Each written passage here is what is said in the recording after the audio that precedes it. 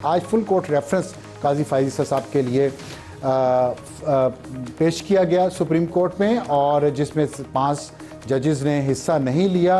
इससे साबित हो रहा है कि एक ग्रुप अभी भी मौजूद है। और जस्टिस मंसूर का ख़त भी मंजर आम पर आया है, जिसमें उन्होंने इंतहाई सख्त ज़बान इस्तेमाल किया। लगता है कि स्कूल के बच्चों की लड़ाई हो रही है, उस पर हम बाद में बात करेंगे। लेकिन यहाँ पर मैं आपको काजी फायज साहब का जो एक अहद तमाम हुआ है और उस पर उनका क्या कहना था, उनके ऊपर जो सबसे ज़्यादा तनकीद इस मीडिया ने और डिजिटल मीडिया ने की है, थंबनेल बना के और अपने व्यूज़ लेने के लिए, डॉलर कमाने के लिए, वो एक बहुत अच्छे जज को प्रोपेगेंडा का शिकार करके उन पे तनकीद करके उनके खिलाफ नफ़रत फैला के, क्योंकि नफ़रत बिकती है, सच नहीं बिकता, झूठ बिकता है। और झूठ बेचने के लिए इन यूट्यूबर्स ने जिस तरह एक चीफ जस्टिस पे कीचड़ उछाला, उनका वाहिद कसूर ये था कि वो आइन को मुकद्दम रखते थे और पार्लियामेंट को सुप्रीम समझते थे।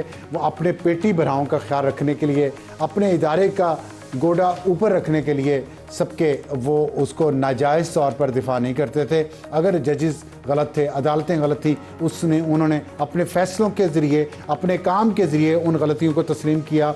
उन्होंने सो मोटर लेना बंद किया, उन्होंने जुल्फ़िकार अली भुट्टो केस का फ़ैसला किया, उन्होंने अपने इख्तियारात बेंच बनाने के कमेटी को दिए। तो ये सारी चीज़ें जो थी, ये कुछ जजेस को पसंद नहीं थी और कुछ वकीलों को पसंद नहीं थी, क्योंकि पावर गेम है और उसमें ये सब कुछ हो रहा था। वो क्या कहा करते थे, सुनिएगा। आप भी रह चुके हैं डिक्टेटर के अटॉर्नी जनरल। वो वक्त था जब मैंने वकालत छोड़ दी थी। हम जब भी कोई जमहूरियत आती है तो हम छुरियां निकाल के आ जाते हैं सामने, और जब भी कोई डिक्टेटर आता है तो फौरन उसके साथ हो जाते हैं, मिनिस्टर बन जाते हैं, अटॉर्नी जनरल बन जाते हैं। असूल की बात करना है तो बड़ा असूल बात करें। सबसे बड़ा असूल ये है आइन का असूल।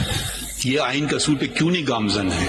ये प्रिंसिपल और वो प्रिंसिपल, वो कैंसल थ्योरी ऑफ लॉ, इसी ने तो पाकिस्तान को तबाह करके रख दिया है। इसी ने पाकिस्तान को तबाह करके रख दिया। ये जो काजी साहब कहते थे, ये बहुत सारे लोगों को नापसंद था, क्योंकि ताकत की गेम है, ये इंसाफ का खेल नहीं है, ये ताकत की गेम है। उसमें अदलिया अपना हिस्सा चाहती थी, लिया भी कुछ। अगर अब पार्लियामेंट ने अपना किरदार दोबारा इस्टेब्लिश करने की कोशिश की है तो उस पर मुखालफत हो रही है, उस पर ग्रुप बंदी हो रही है। ये ख़त जो है आज जस्टिस मंसूर साहब का, वो वाज़ेह तौर पर कह रहा है, काजी फायज साहब पर इल्ज़ाम ये लगा रहा है कि आपने अपने इदारे का साथ नहीं दिया। और इदारा स्याह करे सफ़ेद करे, आपने इदारे का साथ देना है। ये कहाँ का असूल है? ये किस आइन में लिखा है? काजी साहब का कसूर ही सबसे बड़ा ये था कि उन्होंने पार्लियामेंट को सुप्रीम समझा।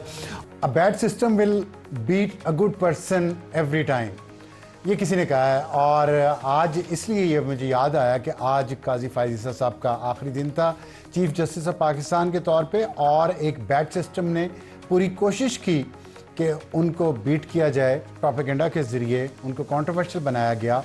उनके ऊपर बहुत सारे ऐसे इल्ज़ाम लगाए गए जिनमें कुछ सच्चाई नहीं थी, लेकिन वो हौसले से अपना काम करते रहे। हमेशा आइन और कानून और पार्लियामेंट को उन्होंने इज़्ज़त दी। उन्होंने कभी ये नहीं कहा कि हमारी अदलिया और हमारा इदारा सबसे बेहतर है, सबसे सुप्रीम है, और अपने पेटी भराओं को मैंने डिफेंड करना हर कीमत पे। ये उनमें एक ऐसी सलाहियत थी जो पाकिस्तान में बहुत कम लोगों में है। इस पर बात करेंगे। और जो आइनी तरामीम आई हैं, उसके बाद आने वाले चीफ जस्टिस यहिया अफरीदी साहब के लिए क्या चैलेंजेस होंगे, जो अदलिया में तकसीम हमें आज नज़र आई है। जैसा कि मैंने पहले भी जिक्र किया, आज फुल कोर्ट रेफरेंस था, 5 जजेस उसमें से गैर हाजिर थे और उनमें से सीनियर 3 जजेस भी हैं। हमें ज्वाइन किया है बैरिस्टर सलाहुद्दीन साहब ने, सीनियर कानूनदान है। सलाहुद्दीन साहब अस्सलाम वालेकुम। वालेकुम अस्सलाम। आपने फुल कोर्ट रेफरेंस देखा होगा और ज़ाहिरा आपकी भी एक राय उस पर होगी जो हमें मालूम भी है। लेकिन मेरा ज़्यादा कंसर्न ये है कि काजी साहब तो अपना एक अहद गुजार के चले गए, और वो यादगार अहद है बहुत हवालों से, हालांकि उसकी उम्र सिर्फ 1 साल और कुछ ही दिन ऊपर थी। लेकिन जो नए चीफ जस्टिस आए हैं, ऑनरेबल जस्टिस यहिया अफरीदी साहब, आप क्या समझते हैं उनके लिए ये जो चैलेंज है? आज भी ख़त एक और जस्टिस मंसूर साहब ने लिखा है और उसमें उन्होंने बहुत ही ऐसी ज़ुबान इस्तेमाल की है जो मैंने कभी किसी सुप्रीम कोर्ट के जज के ख़त से या ज़ुबान से नहीं सुनी। तो कैसे देखते हैं आप यही अफरीदी साहब के लिए चैलेंजेस को? देखिए, अव्वल तो ये चीज़ जो जजेस की पिछले 2-3 सालों में जो शुरू हुई है कि जजेस अपनी आपस में जो डिसएग्रीमेंट्स हैं वो पॉइंट्स ऑफ लॉ पे नहीं बल्कि पर्सनल रिमार्क्स, और हमने कोर्ट्स में भी यही देखा है।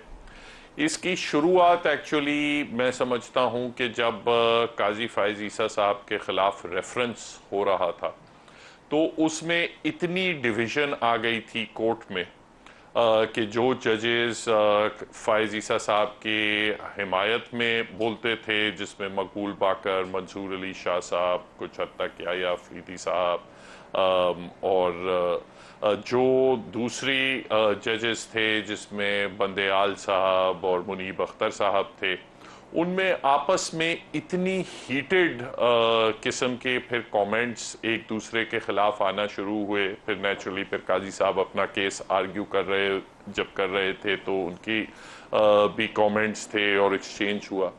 वो जो चीज़ है वो फिर हमने बंदेयाल साहब के पूरे टेन्योर में वो जो टेम्परेचर है वो बढ़ता हुआ देखा। उसमें फिर काजी साहब की अपनी भी खतूत होते थे, फिर उन खतूत पे जवाबी खतूत आते थे। फिर काजी साहब के दौर में भी जब जजमेंट्स इस किस्म की और दोनों साइडों से आई, अभी लास्टली मैं आई थिंक जो आखिरी जो जजमेंट सुप्रीम कोर्ट की वेबसाइट पे अपलोड हुई है उसमें हसन अजहर रिजवी साहब का एक डिसेंटिंग नोट नहीं है बल्कि एक्चुअली सपोर्टिंग नोट है, जिसमें वो मैं कहते हैं कि काजी साहब ने जो नैब अमेंडमेंट्स के केस में जो जजमेंट दी है वो तो सही दी है कि उनको बहाल किया है नैब की अमेंडमेंट्स को, मगर कहते हैं कि जो अल्फाज आपने इजाजुल एहसन साहब और बंदेयाल साहब के खिलाफ इस्तेमाल किए हैं वो नाजेबा थे। तो अभी ये जो अब उसी अल्फाज और तो ऐसा नहीं होना दोनों चाहिए। तरफ से हो रहे हैं ना। अभी जैसे जस्टिस मंसूर साहब का जो खत आया है, बिल्कुल, बिल्कुल। उम्र के लिए I तशरीफ think- ले I गए think judges- हैं। यू थिंक कि गुड कॉन्शियंस में उन्होंने जी, लफ्ज़ यूज़ बिल्कुल, किया, और गुड फिर आज कॉन्शियंस मंसूर और अली आज- हैविंग नो ग्रेस और ह्यूमिलिटी। आप समझते हैं कि जस्टिस मंसूर साहब खुद ग्रेस और ह्यूमिलिटी दिखा रहे हैं इस खत के जरिए? देखिए, मैं समझता हूं कि इस किस्म के खतूत और जिस वक्त ये ऑल्दो आपको पता है काजी साहब की I was in support of his stance at that time, but even at that time मैं समझता था कि जो खतूत हैं जिसमें इस किस्म की बातें और जजेस के बारे में की जाती हैं वो अननेसेसरी हैं। और उसी तरह फिर मैंने कई मरतबा कोर्ट की केसेस में अपना मुनीब अख्तर साहब के कुछ कमेंट्स ऐसे होते थे, काजी साहब के ऐसे कमेंट्स होते थे, अब ये मंसूर अली शाह साहब का लेटर आ गया है उसमें भी बात। दरअसल अगर आप इस क्वेश्चन मेरा ये था, सॉरी मैं आपको इंटरप्ट कर रहा हूं, क्वेश्चन मेरा ये था कि अब क्या होगा, अब जो नए चीफ जस्टिस आए हैं क्या उनके आने से ये टेम्परेचर जिसका आपने जिक्र किया है और जो इख्तलाफात हैं जिसका आपने जिक्र किया है, अब आज ही फिर जस्टिस मंसूर साहब का एक खत आ गया, आप इसको ऐसा ही देख रहे हैं, ये कम होगा ये ज्यादा होगा? सर मैं समझता हूं ये ज्यादा होगा और बाय स्ट्रक्चरल डिजाइन ज्यादा होगा। अच्छा, वो कैसे? क्योंकि जब आपने ये आईनी तरमीम कर दी कि आप 3 जजेस में से एक चीफ जस्टिस चुनेंगे, ठीक है, आपने ऑलरेडी एक पॉइंट ऑफ डिसेंशन तीनों में तो बना दिया।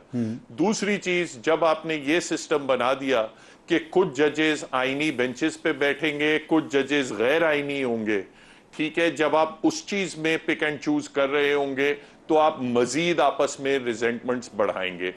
जब आप सिस्टम ये होगा कि मुकदमा जाएगा सुप्रीम कोर्ट के पास, फिर डिसाइड करना होगा कि ये हम सुनेंगे या आईनी बेंच सुनेगी, जब वो जुरिस्डिक्शनल वॉर्स होंगी तो ये जो टेम्परेचर है ये इंक्रीज ही होगा, ये कम नहीं हो सकता। तो आप समझते ये सारा कुछ पावर प्ले नहीं है, पावर गेम नहीं है, ये बजाय इसके कि इंसाफ के निज़ाम पे तवज्जो दी जाती?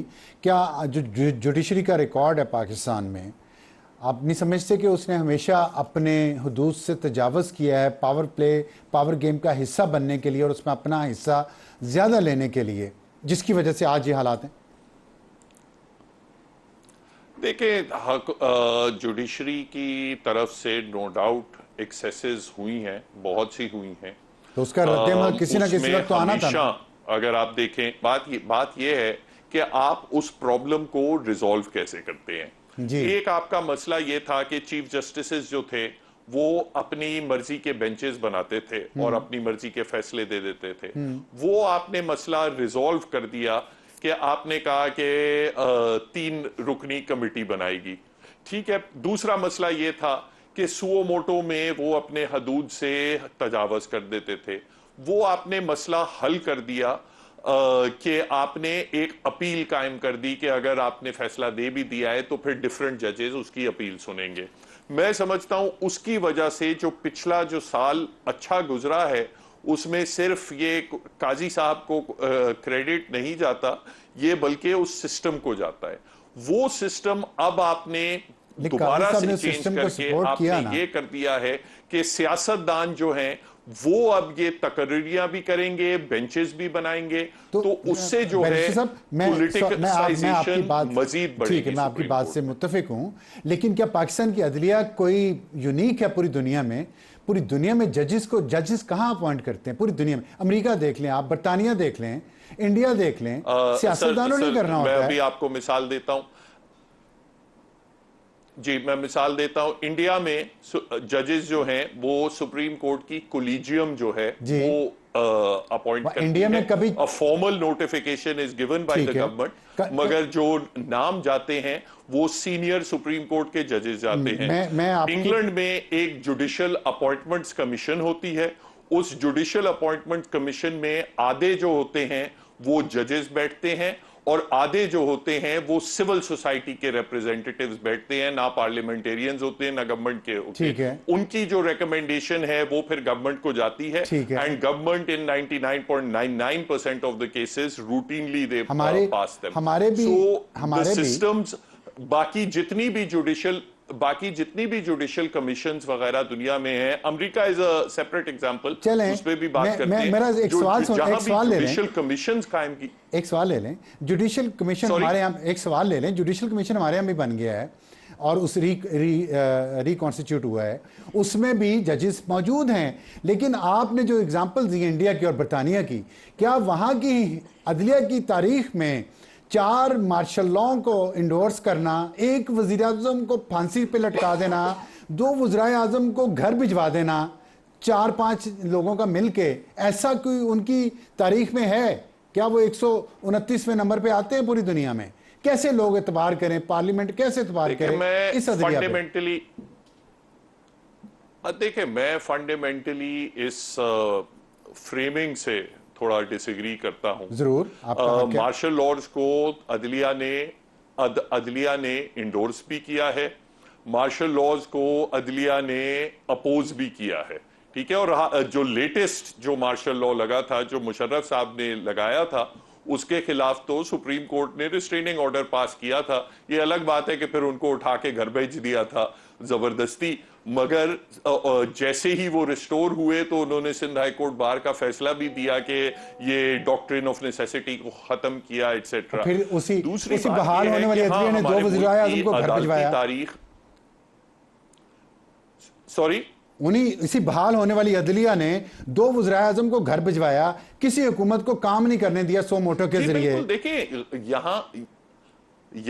यहां बिल्कुल मैं तो आपको पता है बिल्कुल कभी नहीं डिफेंड करता कि हमारी बड़ी अदलिया की बड़ी ग्लोरियस हिस्ट्री है, मगर हमारे मुल्क में जो पार्लियामेंट भी है, अगर आप उनकी भी परफॉर्मेंस देखें तो पार्लियामेंट्स ने भी मिलिट्री डिक्टेटर्स को लेजिटिमाइज किया है और कोई ऐसी जमात नहीं है पाकिस्तान में जिसमें कोई ऐसा सियासत लीडर नहीं है जिसने अपनी तारीख में कभी, चाहे आप भुट्टो साहब को ले लें, नवाज शरीफ को ले लें, या ये JUI फजलुर रहमान साहब को ले लें, या MQM को ले लें, जिसने किसी ना किसी मार्शल लॉ डिक्टेटर का साथ दिया। बिल्कुल सही है। हमारे मुल्क में that is a fundamental problem. बिल्कुल सही। ये अटैक करना कि पार्लियामेंट का रोल ज्यादा खराब रहा है या अदलिया का रोल ज्यादा खराब रहा है, वो मैं समझता हूं डिबेट जो है नॉन प्रोडक्टिव है।